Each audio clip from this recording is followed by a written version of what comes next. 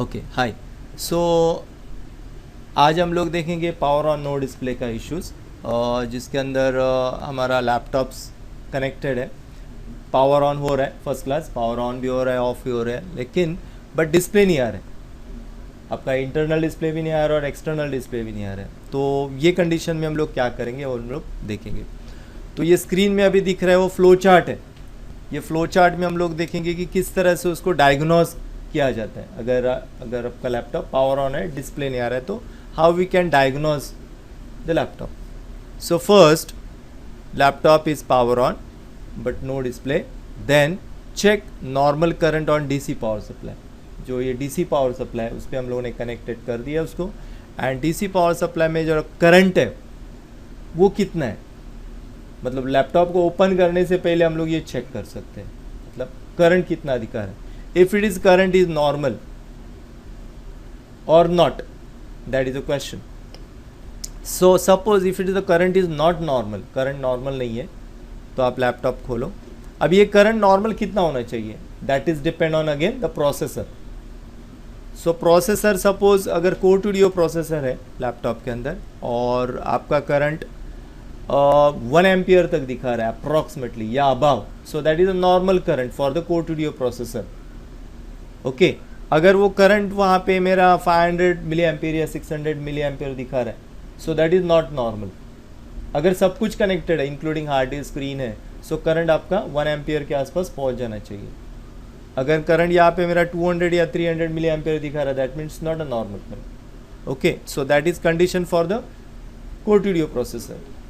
If it is Core i3 processor, Core i3, i5 और i7 processor generation 1 and generation 2, अगर ये processor connected है, so there my normal current should be above 650 milliampere, above 650 milliampere। वो DC power supply पे मेरा 650 milliampere के ऊपर current दिखाना चाहिए। If it is that current, that is normal current। अगर उससे अंडर करंट है, अगर इफ इट इज करंट मेरा 400 या 500 दिखा रहा है, so that is the not normal current. Okay, and if it is a third generation, so यहाँ पे मेरा करंट और ड्रॉप होके मेरा नॉर्मल करंट हो जाएगा समवेयर अराउंड 600 मिली एम्पियर पे मेरा डिस्प्ले आना चाहिए।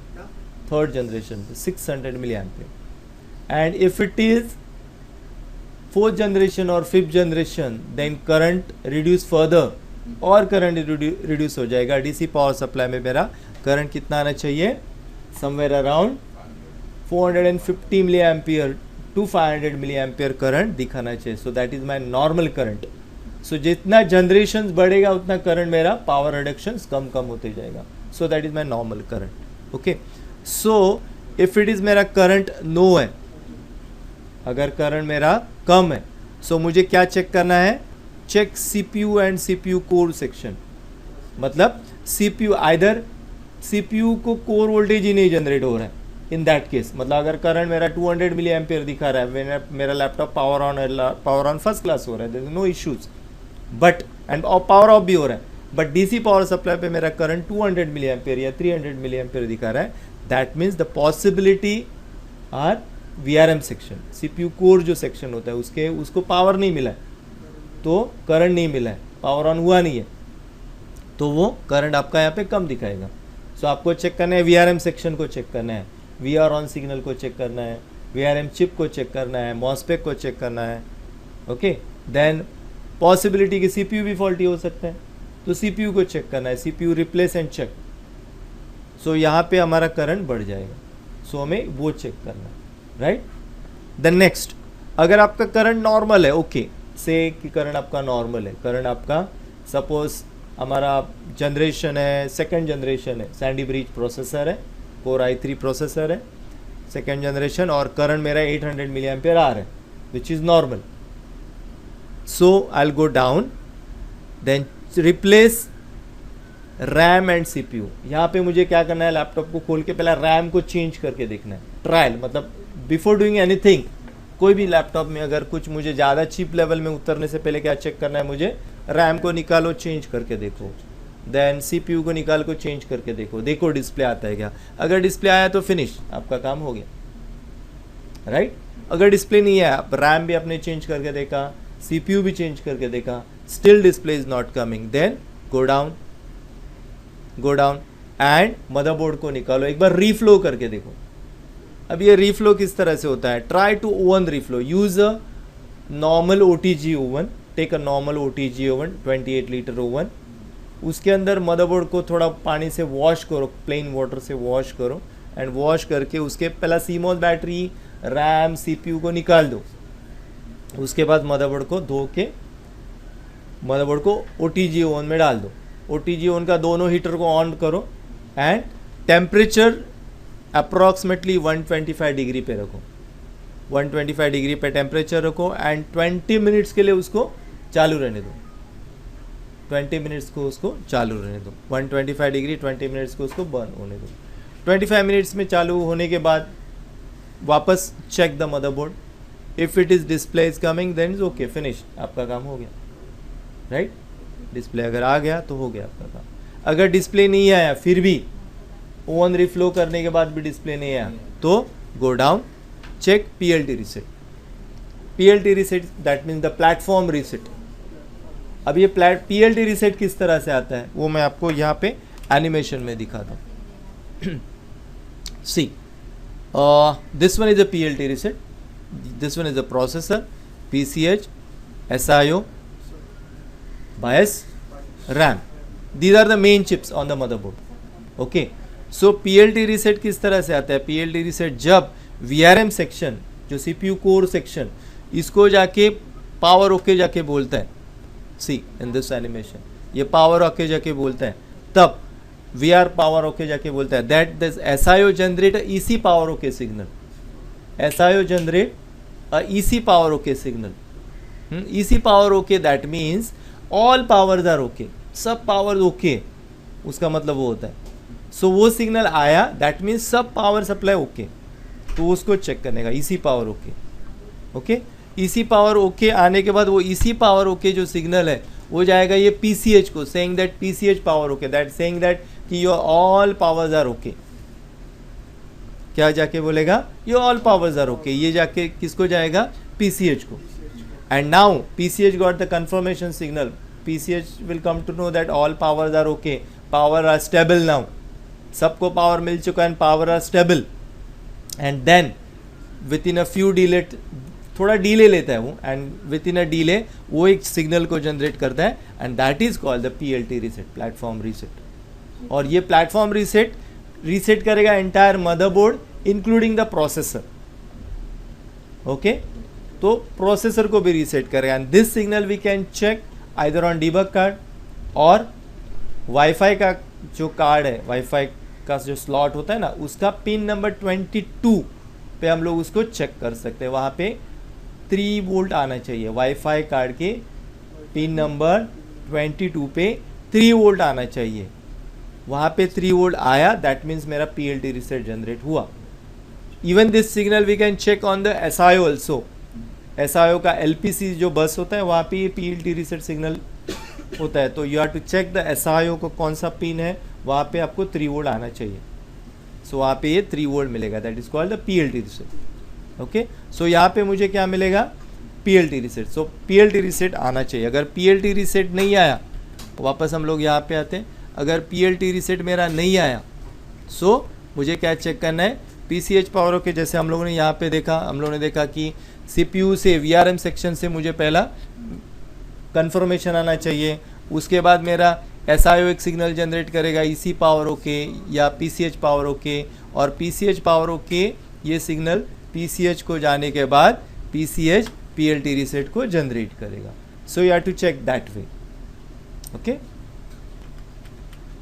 Now we come back. Suppose मेरा PCH को PCH पावर ओके सिग्नल भी आ रहा है, बट स्टिल PLT रीसेट नहीं आ रहा है, तो मेरा पॉसिबिलिटी है कि मेरा PCH फॉल्टी है। Okay, PCH power okay signal PCH को जा रहा है, ऐसा है उसको दे रहे हैं, बट PCH PLT रीसेट नहीं जनरेट कर रहा है ना, सो पॉसिबिलिटी क्या है, मेरा PCH फॉल्टी। ओके, अगर नहीं आ रहा है तो मुझे ये VRM सेक्शन जो हम लोग ने अभी डिस्कस किया, VRM सेक्शन को कॉन्सेंट्रेट करना पड़ेगा। Okay got. The next is clock आना चाहिए मेरा 33 megahertz clock coming on the SIO का जो एलपीसी बस है वहाँ पे एलपीसी क्लॉक लिखा रहेगा।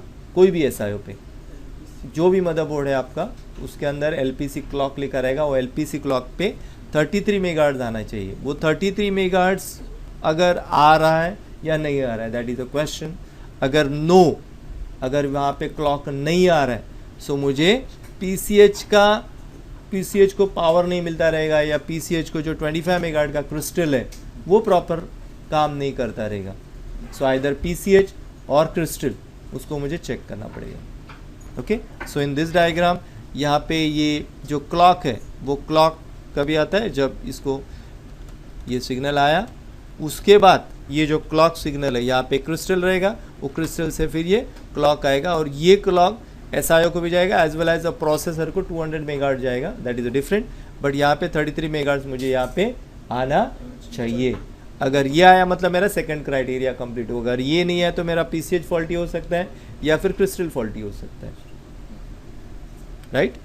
The next signal is suppose अगर मेरा क्लॉक आ रहा है तो नेक्स्ट सिग्नल मुझे चेक करना है फ्रेम सिग्नल।